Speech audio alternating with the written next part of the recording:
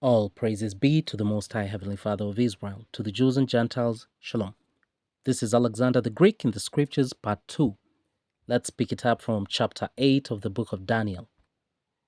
Daniel 8 and 5. And I was considering, behold, an he-goat came from the west of the face of the whole earth, and touched not the ground, and the goat had a notable horn between his eyes. And he came to the ram that had two horns, which I had seen standing before the river, and ran unto him in the fury of his power. And I saw him come close to the ram, and he was moved with choler against him, and smote the ram, and brake his two horns, and there was no power in the ram to stand before him. But he cast him down to the ground, and stamped upon him, and there was none that could deliver the ram out of his hand. Therefore the he-goat waxed very great, and when he was strong, the great horn was broken, and for it came up four notable ones toward the four winds of heaven. Now remember, the he-goat you're reading about in Daniel 8 and 8 represents the Greek Empire. That's according to Daniel 8 and 21. And also in the same Daniel 8 and 21, it explains who the notable horn is who is spoken of in Daniel 8 and 8. That notable horn represents Alexander the Greek himself. Now the same Daniel 8 and 8 tells us the great horn was broken, and for it came up four notable ones towards the four winds of heaven.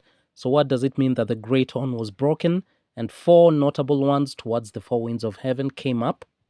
Okay, so when Daniel 8 and 8 says, when he was strong, the great horn was broken, that means the Greek Empire was in full strength at Alexander's death, right? Because remember, it seemed the least likely to fall, but yet it was then broken. Moreover, his natural brother Philip Aridoius and his two sons, Alexander Aegeus and Hercules, in 15 months were murdered. Okay, so now that we've dealt with the broken part, what does it mean when Daniel 8 and 8 says, and for it came up four notable ones towards the four winds of heaven? Okay, it's good to appreciate the fact that the same representation we've just seen in the book of Daniel 8 and 8 is also spoken of in the book of Daniel 7 and 6. Let's read. Daniel 7 and 6. After this I beheld, and lo, another like a leopard, which had upon the back of it four wings of a fowl. The beast had also four heads, and dominion was given to it. You see that same representation of the Greek power. Now also keep in mind in Daniel 7 and 6, it tells us the beast had also four heads, and dominion was given to it. So what are the four heads representing? So this is what it represents. Remember in history, upon Alexander's death, he never divided the kingdom into four parts, but yet, from the confusion and the conflicts that arose after his death, the power was ultimately concentrated into four dynasties. The four dynasties are the four heads being spoken of in Daniel 7 and 6. Let's prove that some more with scriptures before we get into the history. This is the book of Daniel, chapter 11, verse 4. And when he shall stand up, his kingdom shall be broken, and shall be divided toward the four winds of heaven, and not to his posterity, not according to his dominion which he ruled, for his kingdom shall be plucked up, even for others beside those.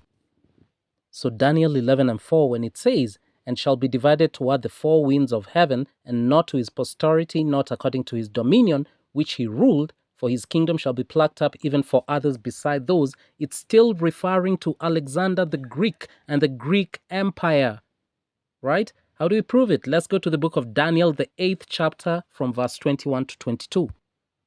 Daniel 8:21. And the rough goat is the king of Grecia, and the great horn that is between his eyes is the first king. Daniel 8 and 22. Now that being broken, whereas four stood up for it, four kingdoms shall stand up out of the nation, but not in his power.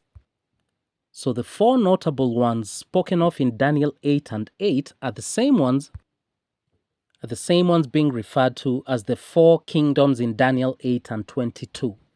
Now back to Daniel 8 and 8 when it says, and for it came up four notable ones.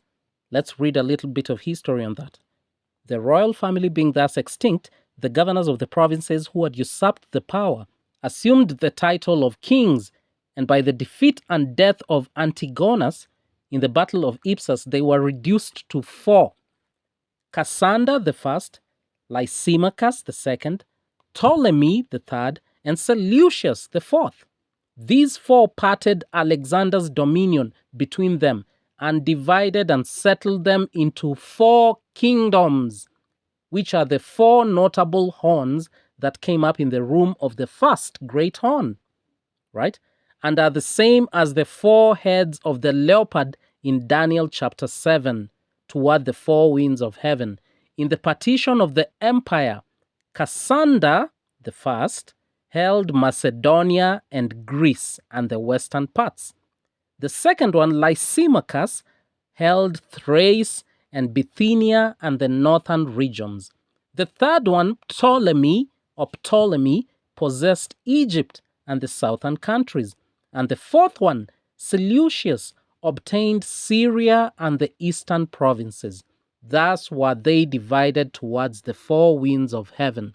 That's what you read about in Daniel chapter 11, verse 4. That's what you read about in Daniel the 7th chapter when he talks about the beast had 4 heads.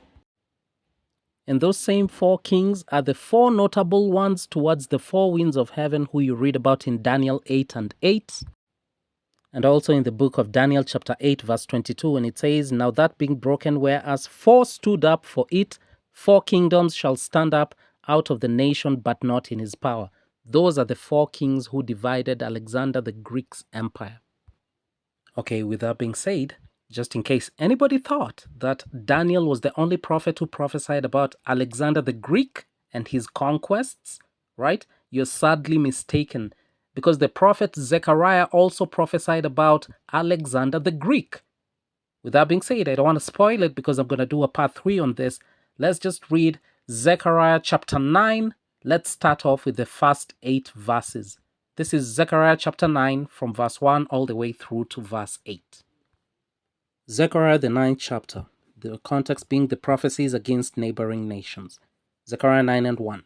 The burden of the word of the Lord in the land of Hadrach, and Damascus shall be the rest thereof. When the eyes of man, as of all the tribes of Israel, shall be toward the Lord. Zechariah 9 and 2. And Hamath also shall border thereby, Tyrus and Zidon, though it be very wise. Zechariah 9 and 3. And Tyrus did build herself a stronghold, and heaped up silver as the dust, and fine gold as the mire of the streets. Zechariah 9 and 4. Behold, the Lord will cast her out, and he will smite her power in the sea, and she shall be devoured with fire. Zechariah 9 and 5. Ashkelon shall see it and fear, Gaza also shall see it and be very sorrowful. And Ekron, for her expectation, shall be ashamed, and the king shall perish from Gaza, and Ashkelon shall not be inhabited. Zechariah 9 and 6. And a bastard shall dwell in Ashdod, and I will cut off the pride of the Philistines. Zechariah 9 and 7. And I will take away his blood out of his mouth, and his abomination from between his teeth. But he that remaineth, even he shall be for our God, and he shall be as a governor in Judah, and Ekron as a Jebusite. Zechariah 9 and 8. And I will encamp about my house because of the army, because of him that passeth by, and because of him that returneth, and no oppressor shall pass through them any more, for now have I seen with mine eyes. So in part 3, we're going to continue from where we've just left off, Zechariah the 9th chapter, and with that I say, Shalom.